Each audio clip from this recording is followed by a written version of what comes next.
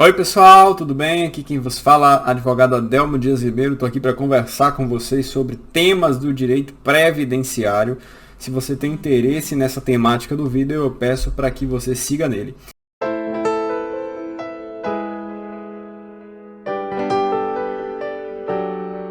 Gente, antes de qualquer coisa, eu gostaria de pedir para que você se inscrevesse no canal, para que curtisse o vídeo e para que habilitasse as notificações. Algumas pessoas reclamaram que não estão recebendo notificações do conteúdo do canal. Quando você assiste um vídeo, você tem que clicar no sininho que fica embaixo do vídeo e habilitar as notificações. Isso é fundamental para você receber as notificações dos próximos conteúdos, tá? Eu separei aqui algumas temáticas. Lembro a vocês sempre que as temáticas dos vídeos são fundamentadas, levam em consideração as perguntas que vocês fazem no canal, embora seja humanamente impossível para mim responder a todas as perguntas, porque são muitas. Para vocês terem noção, tem dias que eu recebo mais de 20 perguntas, eu utilizo muito as perguntas para a elaboração de outros vídeos, como fonte da minha imaginação, para a construção de novos conteúdos. Então vamos lá. Muitas pessoas têm dúvidas sobre a sentença que defere a liminar no processo previdenciário. A gente sabe que nas ações que envolvem incapacidade, auxílio-doença, aposentadoria por invalidez, é comum, é usual, habitual, que o juiz defira a liminar na sentença. Tá? E qual é a pergunta habitual, do segurado do INSS e da pessoa que tem ação na justiça? Doutor, o recurso do INSS faz com que a liminar fique suspensa ou a liminar já é implantada independentemente do recurso do INSS? Ou seja, se o INSS recorrer, o que é que acontece com a liminar? E a resposta do ponto de vista teórico é claro que é clara, você não tem maiores implicações por força do recurso do INSS no que toca a liminar. A liminar produz efeitos imediatos e independe do recurso do INSS, ou seja, recorrendo ou não o INSS, seu benefício será implantado por força da liminar. Tá? A liminar da sentença não é suspensa pelo recurso do INSS. Tá?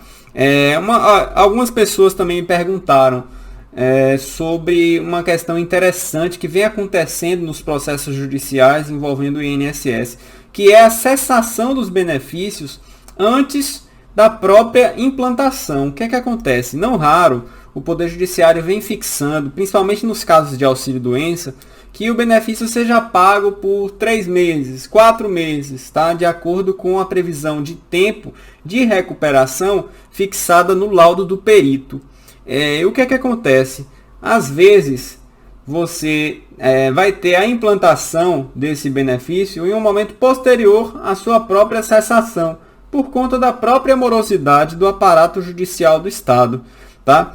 E aí as pessoas ficam se questionando: ô doutor, eu recebi o retroativo, mas até hoje eu não recebi a implantação. Por que você não recebeu a implantação? Porque sua cessação foi anterior, aconteceu antes da própria implantação. O INSS não chegou nem a cumprir a decisão, porque o seu benefício já havia sido cessado. Mas é importante deixar claro uma coisa, toda sentença ela fixa uma data de início de pagamento e uma data de cessação do benefício previdenciário, quando eu estou tratando aqui de auxílio-doença. Esse período, vamos supor que seja de 4 meses, o INSS tem que lhe pagar administrativamente. Independentemente dele implantar ou não seu benefício, ele tem que pagar esse período de forma administrativa. É o período entre a DIP, data do pagamento, de início de pagamento, e a DCB, que é a data de cessação do benefício. O INSS tem que efetuar o pagamento dessas competências, tá? Mas é muito comum acontecer de você ter a cessação, infelizmente, a cessação do benefício antes da própria implantação. Então, vou falar agora, pessoal, da diferença entre dois conceitos, As pessoas têm confusão, e aqui eu estou falando não só dos segurados do INSS, das pessoas que têm processo na justiça, mas estou falando também de advogado, tá? Tem muitos advogados que fazem confusão com o tema. É a questão do RPV e do alvará. eu costumo dizer que onde há RPV, não há alvará, e onde há alvará, não há RPV, né? Uma vez depositado o montante de sua RPV, você não precisa aguardar, você que está esperando o recebimento dos valores, você não precisa aguardar a expedição de alvará, né? A RPV já manifesta a própria autorização de saque, né? Então você não pode confundir aqueles processos de juizado especial, aqueles processos de justiça, que você tem os depósitos judiciais e a consequente expedição de alvará para levantamento e saque daqueles valores. A RPV previdenciária funciona sob uma sistemática diferente. O juiz manda expedir e uma vez depositada a RPV, você vai ao banco efetuar o saque. Você não precisa de uma nova autorização do magistrado para efetuar o saque. Então é bom que você tenha clareza de pensamento no que toca à distinção entre o RPV e o alvará. RPV é uma coisa, alvará é outra. Alvará é a autorização de saque, né? Geralmente aplicável àquelas hipóteses de depósito judicial. RPV é requisição de pequeno valor, né? Você já tem a requisição ali processada pelo tribunal, você não precisa de nova autorização do juiz para efetuar saque, tá? Um outro tema que eu gostaria de esclarecer diz respeito à data de contagem do retroativo. Não raro as pessoas questionam. Eu entrei com o processo 6 meses depois que o INSS negou o meu auxílio-doença. Eu vou ter direito a partir do momento que eu entrei com o processo ou a partir do momento que o INSS negou o meu auxílio-doença? E a resposta é nenhum dos dois. Você vai ter direito a partir de sua entrada do requerimento administrativo junto ao INSS, ou seja, a partir do momento em que você protocola o seu requerimento administrativo de auxílio-doença, você terá direito ao auxílio-doença se ele for devido, inclusive se ele for objeto de revisão judicial, ou seja, se eu for para a justiça, né, e na justiça eu ganhar a causa, eu vou ter direito ao auxílio-doença desde a data da entrada do requerimento, né, que é conhecida como DER, né, e não a partir do momento em que eu entrei na justiça.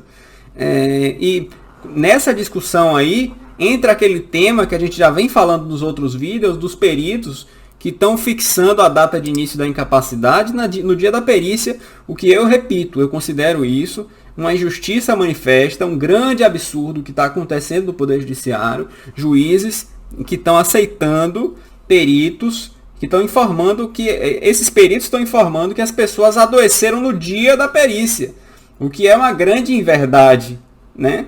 Qualquer pessoa com o mínimo de lucidez sabe que ninguém fica doente e vai para a justiça e fica doente no dia da perícia. Uma coisa é você não saber a data de início de incapacidade. Outra coisa é você, munido de má fé, informar que a data de início de incapacidade aconteceu na data da perícia. Isso é inadmissível. Nós não podemos, advogados, eu estou falando aqui para os advogados, nós não podemos permitir esse tipo de coisa, tá? Mas vamos lá. Remoção de nome do SPC, saindo um pouquinho aqui do direito previdenciário para a gente dar uma respirada, não ficar maluco com essa coisa de previdência, né? Previdência em excesso é um pouco chato. Mas vamos aqui para o SPC. Quanto tempo uma empresa tem para tirar o nome do SPC? E quando eu falo em SPC, eu estou falando em órgão de proteção ao crédito. Qual o prazo que as empresas têm para remover seu nome do órgão de proteção ao crédito após, obviamente, o pagamento? O prazo de 5 dias úteis, conforme CDC, tem disposição legal expressa sobre isso. E quando eu falo 5 dias úteis, esse prazo também se aplica o registrato. Eu fiz um vídeo sobre o registrato, vocês podem conferir lá, né? Que também gera restrições de acesso a crédito. E quando a empresa inclui seu nome no registrato, você tem que também ter seu nome removido no prazo de 5 dias úteis do CDC, sob pena de aplicação de indenização por excesso de prazo na manutenção do nome, e tem também precedente judicial nesse sentido, tá? E para fechar o vídeo de hoje, para não ficar muito longo, pessoal, vou falar vou explicar para vocês o que é que significa as siglas das sentenças, né? Muita gente pergunta, e tem até advogado que tem dúvida, tem estagiário que tem dúvida, enfim, eu espero estar esclarecendo isso para todos vocês. Você, no processo judicial, de uma forma geral, principalmente na Justiça Federal, você tem as sentenças do tipo A, B e C, né? E aí me perguntam, doutor, o que é essa sentença tipo A? O que é que isso significa? O que é que quer dizer?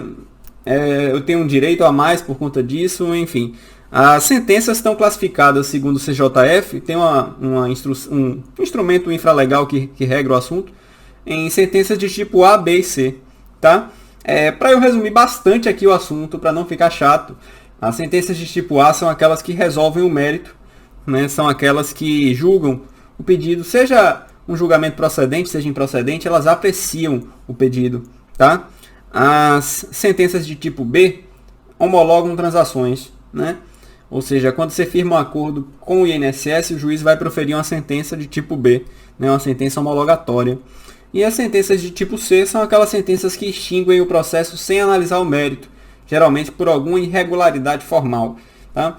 Então, basicamente é isso, pessoal. Espero que eu tenha sido claro com vocês. Tá? Eu fico por aqui hoje. Desculpa a demora na produção dos vídeos, foi bastante corrido. Eu estou gravando esse conteúdo aqui segunda-feira, são 18h35. Eu parei há pouco tempo de trabalhar e vou voltar a trabalhar assim que eu terminar o vídeo. Mas é isso, eu espero que eu tenha ajudado vocês. Fiquem com Deus. Um grande abraço e tchau, tchau, gente.